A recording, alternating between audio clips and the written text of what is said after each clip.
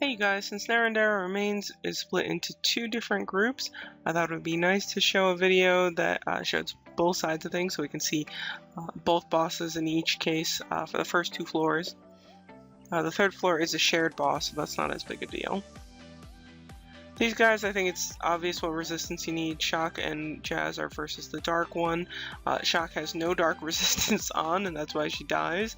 I'm still a little bit surprised by that, since she is very strong, but I don't have any light resistance on, and I do fine against the light boss, so not totally sure there. But either way, Jazz is able to take care of the dark boss just fine, and then myself and Modi are on the light one. Just have to make sure things are timed nicely here, so that both bosses die within one turn of each other, or else they will respawn. And sometimes if things are off pace at the beginning, all of a sudden it just becomes very hard to get everybody to time things well, so you just want to get it done right the first time. Nice rewards, lots of stoves, a little bit of gold. I mean, 5 million sounds nice, but it's really nothing. And 200 hammers, 200 stoves, some other goodies, some red gear upgrade items. In good shape for the second floor. Shock and myself both have water, fire, and electro resistance on, which are necessary for, well, okay, so electro less necessary for the second boss, but definitely if you're a stronger player, you're carrying a much weaker player, then sometimes it's good to be diligent and just make sure that you can get it done the right way. And so if you don't have to convert crystals, then it's really not too big of a deal. So just make sure that you have the right ones in. So I don't know why both sides deal electro, fire, and water elemental attacks, but that's just the way that it is.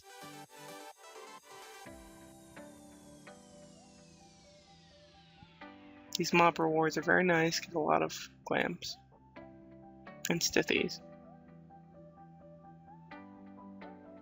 Just Jazz adjusting her skills. Oh, I guess that was Shock.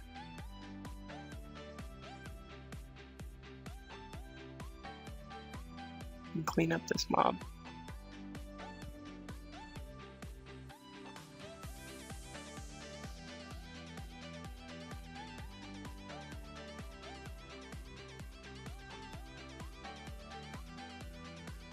I need to adjust things.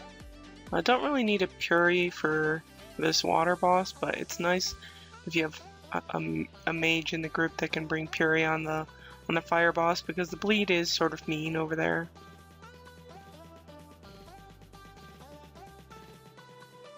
So I was trying to Centauria first move on the fire boss, because anytime after the first move there's a chance that mage will be chaosed. So on the water side, it's amnesias and stuns, and I think an MDef reduction. And then on the fire side, also can stun you, and then bleeds and chaoses.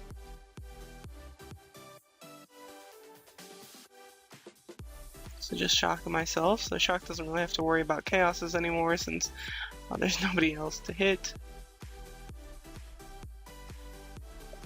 And for myself, it didn't amnesia anything too important.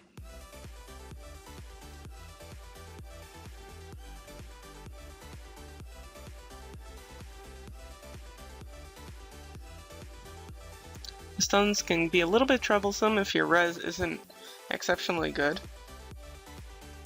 or really for any team that's cutting it close.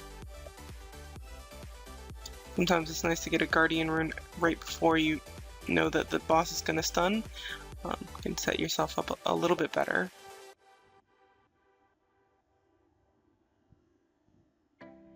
And then I need to adjust the resistances and the skills here. The next floor is very wind resistance dependent, and so definitely stacking up all of that. Get some AoEs because we have 4 mobs coming up.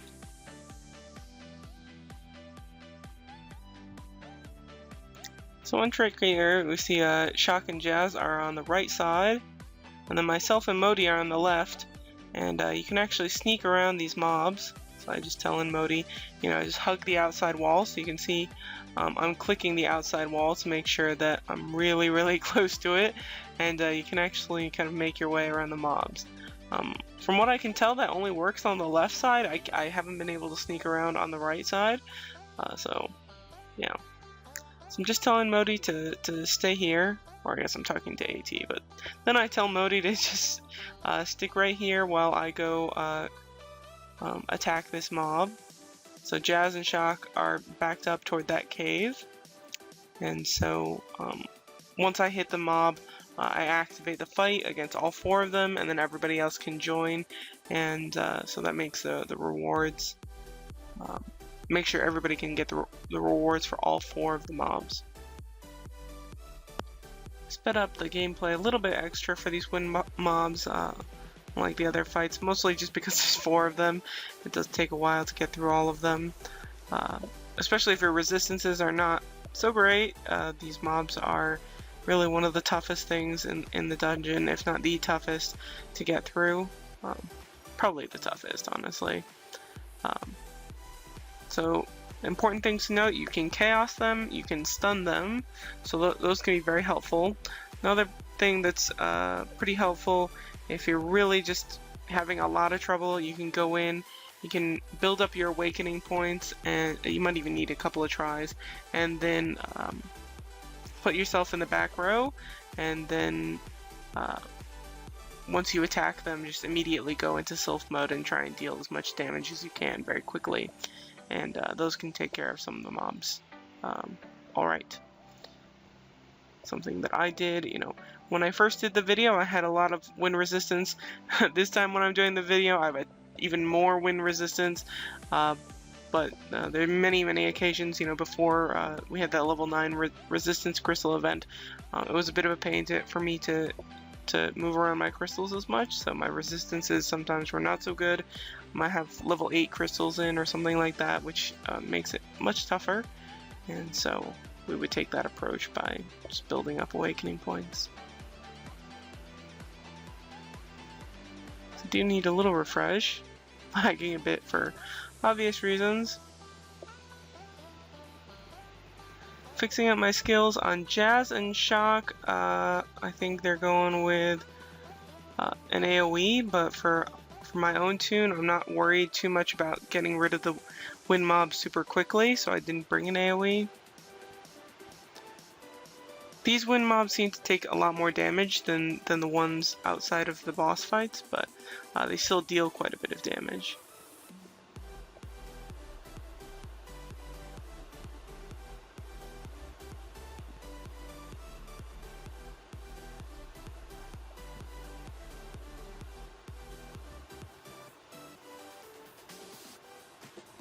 There, you want to be a little bit diligent.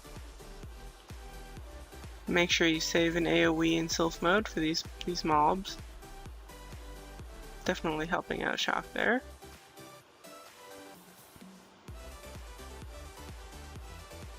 This guy, I think he might be electro damage, that first boss, but honestly I don't think electro resistance is that important. For sure, wind resistance is the main one you need to worry about for this final series of bosses. The Scorpion definitely dealing quite a bit of wind resistance.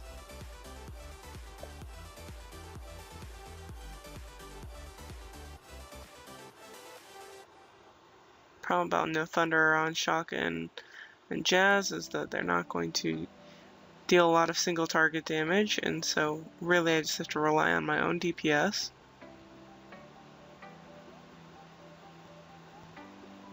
Looks like Modi is dead, but he's showing alive in Sylph mode. And that wind mob obviously seems a little bit out of place, so I think we bugged a bit.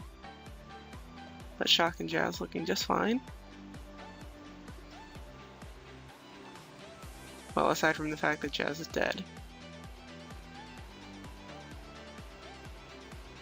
So this guy, I didn't do that great of a job on Shock. I was in Sylph mode when the third boss hit, and so it's a little bit hard to deal with the bleeds there.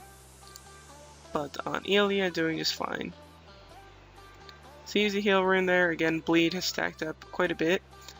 For this guy, you know, he deals what looks to be dark damage, but honestly, I don't think dark resistance is that big of a deal here. But yeah, nasty bleed. One of the bleeds can be pureed, and sometimes it doesn't show even though the bleed is happening. And then there's a second bleed, so a second set of hash marks there. And that will also stack up every turn that he hits you, or every time he hits you. But that one you cannot puree. So there's one you can puree, one that you can't.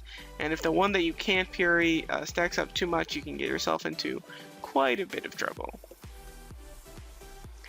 But yeah, that's about it. Anyway, if you guys have any questions about the dungeon, I'm a bit more well versed in what's going on there, so please go ahead and ask any questions. Take care and have a very good day.